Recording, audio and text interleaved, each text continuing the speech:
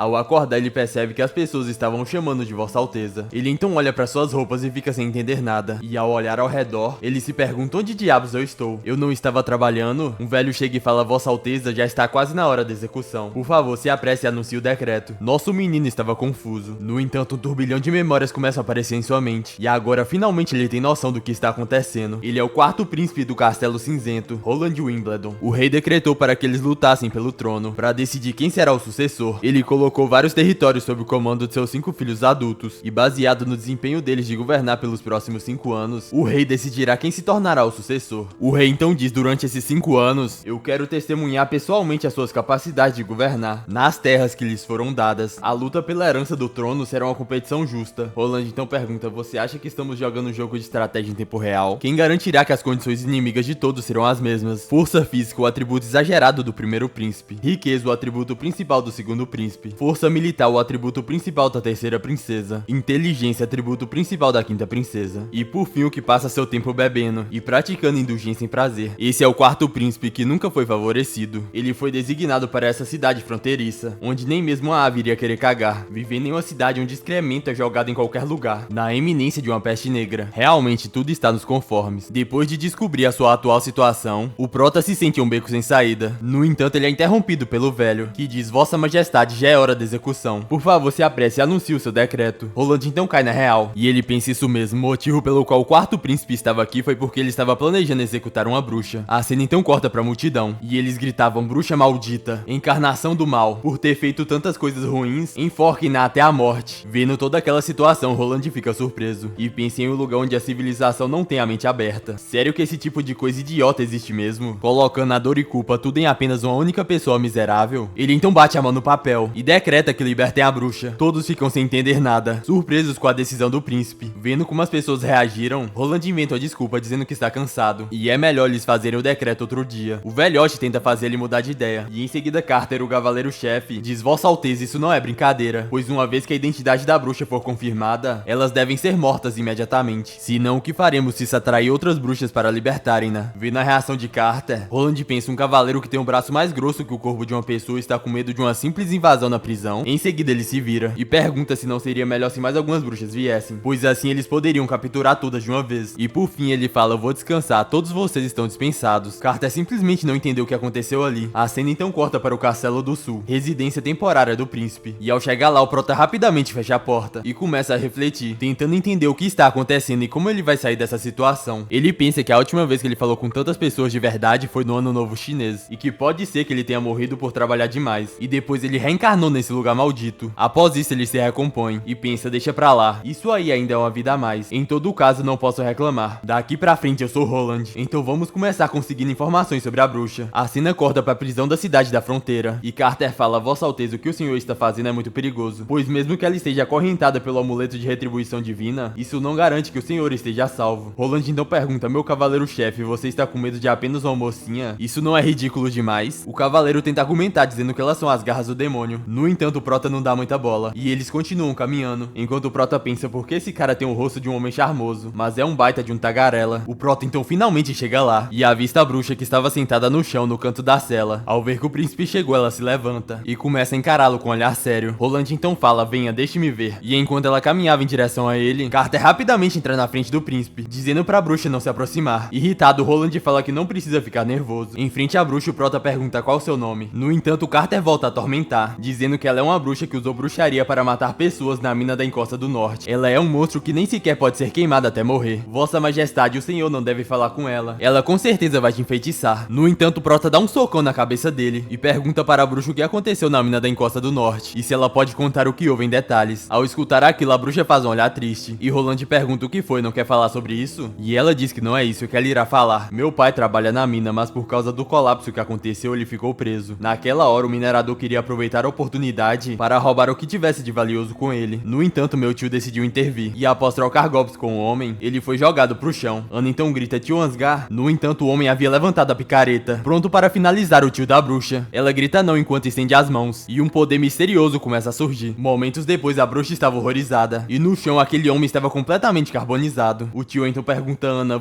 o que você fez? E a outra mulher fala: bruxa, o poder de uma bruxa. Ana havia ficado em choque com a situação, e do lado de fora, enquanto ajudava seu tio, gentil. Ela fala, por favor, sobre eu ser uma bruxa, por favor, não digam a ninguém, eu imploro a vocês. Ao escutar a história, Roland fala, então, pelo que parece, o motivo de você estar aqui é porque o seu vizinho te entregou. A bruxa então fala, ele não me entregou, pois a pessoa que me entregou foi meu pai. O velhote então fala, Vossa Alteza, como você pode ver, ela já confessou, execute rápido. No entanto, o príncipe fala, não, pelo contrário, eu quero dar uma olhada no famoso poder das bruxas. Ao escutar aquilo, a bruxa pergunta o que foi. Quer ver o poder dos demônios que todos falam? E ele responde, sim, eu quero. A bruxa então fala, eles colocaram um medalhão de retribuição divina no meu pescoço, então eu não consigo liberar o poder da bruxa. Você se atreve a tirar o medalhão de retribuição divina de mim? Se não estiver com medo que sua curiosidade possa acabar te matando. O príncipe então segura a corrente e em seguida a quebra, deixando a bruxa completamente surpresa. Em seguida o príncipe fala, vamos, começa a sua performance. Fagulhas então começam a surgir e pouco a pouco as chamas começam a aumentar. Ao redor dela estava coberto de chamas, enquanto Roland fica surpreso olhando tudo aquilo. A temperatura do local começa a aumentar e alguém surpreso pergunta o que é isso. As barras de ferro da prisão começam a derreter e Carter rapidamente pega o príncipe e diz, Vossa Alteza, cuidado. No entanto, o prota não estava com medo, ele estava fascinado e pergunta se é o poder de uma bruxa. As barras então pouco a pouco começam a derreter e ao derreter completamente alguém fala, não chegue mais perto, sua bruxa maldita. Ana estava do lado de fora da sua cela, em volta de chamas, vendo toda aquela performance. O prota pensa, não é à toa que Barof disse que fogo não pode matá-la, pois ela é o próprio fogo, então como ela teria medo de si mesma? Após todo aquele fogo acabar, os guardas começam a se perguntar, acabou? O fogo acabou? Enquanto Roland estava animado, ele pensa que magia realmente existe nesse mundo e se pergunta quantos preciosos recursos ela pode fazer. Após tudo aquilo, a bruxa diz, eu satisfiz a sua curiosidade, Vossa Alteza. Agora já pode me matar, não é? O prota então coloca a mão em seu casaco e levando a mão contra ela, ele arremessa seu casaco em direção a ela e diz, não, senhorita Ana, eu decidi te contratar. Segundo a lei da termodinâmica, o calor nunca pode passar de um corpo mais frio para um corpo mais quente sem interferência do meio. É impossível converter o calor de uma única fonte de trabalho sem causar outros efeitos. A mudança de um estado em equilíbrio em outro, sendo espontâneo ou irreversível, sempre aumentará a entropia. Esse mundo acabou com o problema da entropia, pois ela pode criar calor do nada. Isso é muito mais impressionante do que a tão teorizada invenção do motor perpétuo. Barof então grita, o que o senhor disse? Vossa Alteza, o senhor realmente quer contratar uma bruxa? Ela poderia nos fazer sofrer uma calamidade tão facilmente quanto estalar os dedos. Roland então responde, algum problema nisso? Barof então explica, essa sua atitude é basicamente anunciar publicamente que você está indo contra a igreja. Além disso, nós seremos vigiados pela Associação Cooperativa de Bruxas e elas vão nos matar de uma vez só. Roland ignorando os avisos e fala, Barof Moons, me traga a cópia de um contrato de trabalho imediatamente. E ele, sem entender, pergunta, contrato de trabalho? Roland então sai e fala, como meu ministro adjunto, não me diga que você não sabe. Eu quero formalmente estabelecer uma relação de trabalho com a senhorita Ana. Além disso, mande alguém para arrumar uma casa para a senhorita Ana. A cena então corta para o escritório governamental e o príncipe pergunta a Barof, você já preparou tudo o que eu te instruí a fazer? E ele responde, de acordo com as suas instruções, a bruxa já foi morta na forca em praça pública durante a tarde. Mas, Vossa Majestade, o senhor realmente salvou uma bruxa. O risco disso é muito alto, enquanto pensa que Vossa Majestade está causando muitos problemas. Roland então responde, não duvide das minhas decisões, Barof. Do meu ponto de vista, bruxas não são demônios, fantasmas ou monstros. O velho tenta questionar. No entanto, o prota pergunta, Barof, você acha que a cidade da fronteira é um bom lugar? E ele responde, realmente não é um bom lugar. Roland então diz, é um lugar realmente terrível. Sem a fortuna do meu segundo irmão e a força militar da minha terceira irmã, qual a chance que você acha que temos de ganhar deles? Ao escutar aquilo, o velhote fica sem palavras. O príncipe então bate na mesa e fala, é praticamente zero. Então eu só posso recorrer a um método. Barof fica surpreso com tamanha inteligência. O prota então muda de assunto e pergunta onde está a senhorita Ana. Traga ela aqui para me encontrar. A cena corta para o banheiro e as empregadas estavam dando banho na Ana. Uma delas então fala, Vossa Alteza quer que você coloque seu uniforme de trabalho. Ela envergonhada fala,